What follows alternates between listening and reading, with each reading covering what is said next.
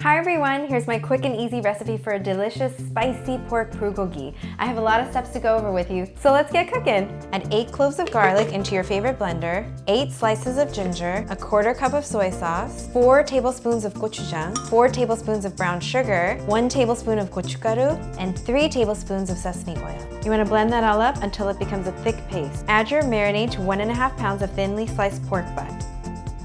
Then add 4 to 5 sliced shiitake mushrooms, and half a sliced onion, and mix, mix, mix. Add everything into a 1-gallon freezer bag. You want to refrigerate this for at least 30 minutes or overnight. Over high heat, cook your pork for 7 to 8 minutes. Turn off the heat, and then take a handful of thinly sliced perilla leaves and fold it into your pork. The bitter mintiness of the perilla leaves really cuts the pork nicely. I'm just going to garnish with a little bit more perilla leaves, some toasted sesame seeds, some black sesame seeds for the rice, and there you go.